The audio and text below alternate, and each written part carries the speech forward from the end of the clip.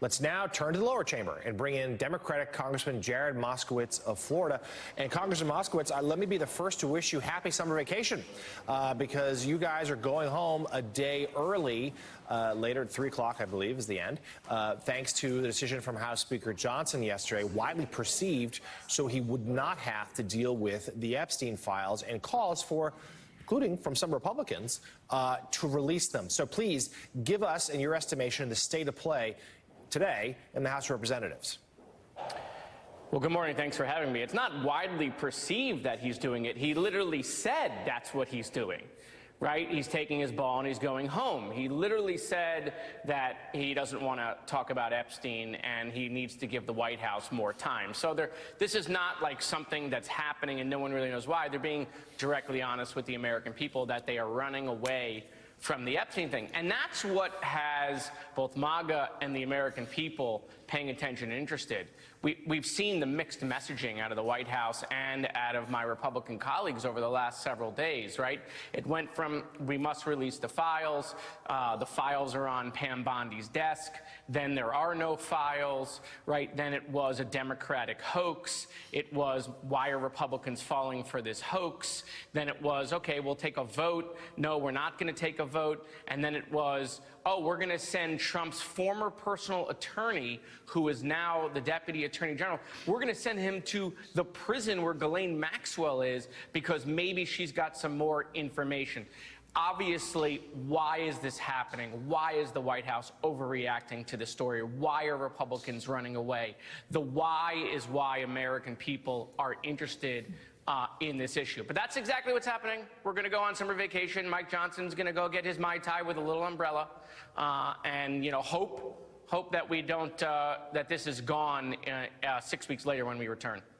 Congressman, this is Susan Page. So is Jeffrey Epstein the most important issue facing the country? Is it what congressional Democrats really should be talking about? No, of course this is not the most important issue facing the country. But when has President Trump ever talked about the most important issue facing the country, right? This is unfortunately the political world we live in, where we create issues, we manufacture issues. This issue was just created and manufactured by them. They've then mishandled it, and now it has turned out to be a real thing. And so, no, the congressional Democrats should be talking about the failures of the big, beautiful bill. They should be talking about the cost of goods, the increases to the American people, kitchen table issues. It's always about the economy. But at the same time, this has captured the zeitgeist. It's a creation of their own making. And, you know, this is just the world we live in now. And so, you know, they told everybody there were these files. The file that we got, they gave out binders, empty binders to, media influencers, social media influencers. And then they said there was no list. This is what they promised their base. And so this is a Republican fight. Democrats are more, standing back and watching it. But of course, look, we'll find opportunities to make it as difficult for them as possible. So, Congressman, turning to perhaps one of those more important issues, in less than an hour, you'll be attending a key House subcommittee hearing on how the Federal Emergency Management Agency, FEMA, can become more, quote, agile and effective in responding to disasters. One of the goals is to take a look at the nation's current state of disaster readiness, response, and recovery under FEMA's leadership. The hearing, of course, comes just a few weeks after those recent deadly floods in Texas, and just months after President Trump blasted FEMA as an unnecessary department that should be, in his words, terminated. Congressman, you previously served as Florida's Director of Emergency Management. What are you hoping to learn from this morning's hearings? What have we seen, particularly a few weeks ago, those heartbreaking moments in Texas, about this nation's ability to be ready for and respond to disasters?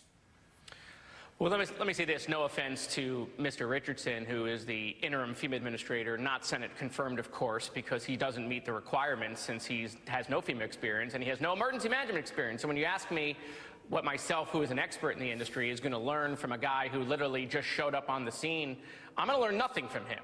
I mean, he's had 8 prep sessions. They've been trying to give him all this information that he knows nothing about. They didn't even take, the president and the secretary didn't even take the FEMA administrator with them to Texas, something that is unheard of, never seen before in disaster response, especially a disaster of this size. What happened in Texas is just an unimaginable tragedy.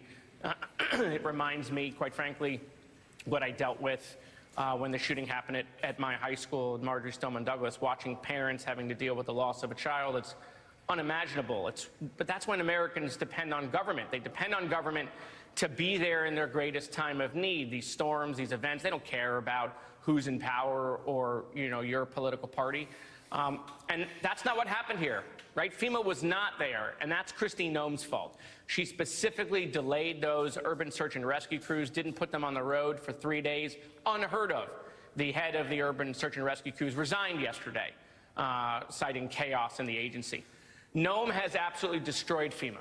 In fact, I would tell you FEMA is in worse shape than any other agency right now in all of government. And I don't even know if the White House knew what Kristi Noem was doing, and they're finding out in real time as we head into hurricane season the damage she has caused. 20% of the workforce is gone. Some of the most experienced people took buyouts. You got regional offices that are completely empty. She held on to $10 billion of previously declared disaster money. That's money that can't go back into the field so that cities, counties, municipal co-ops, electric companies are ready.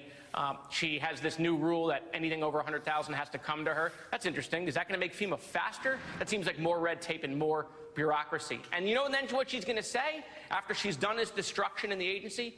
We told you so. We told you FEMA was broken. Look, FEMA needed reform. The emergency management industry has always known that, okay? There's lots of reform ideas. I have several that I filed bills here. They're bipartisan with Republicans across the aisle. But that's not what Kristi Noem did. What Kristi Noem did was absolute destruction of the agency. And I pray we have an easy hurricane season, because if we don't, states are in for a rude awakening. Well, as the Congressman just outlined, an important hearing coming up. It's at 10 o'clock. We, of course, will be keeping an eye on it. Democratic Congressman Jared Moskowitz, a Florida congressman, thank you again. Thank you. Coming up next.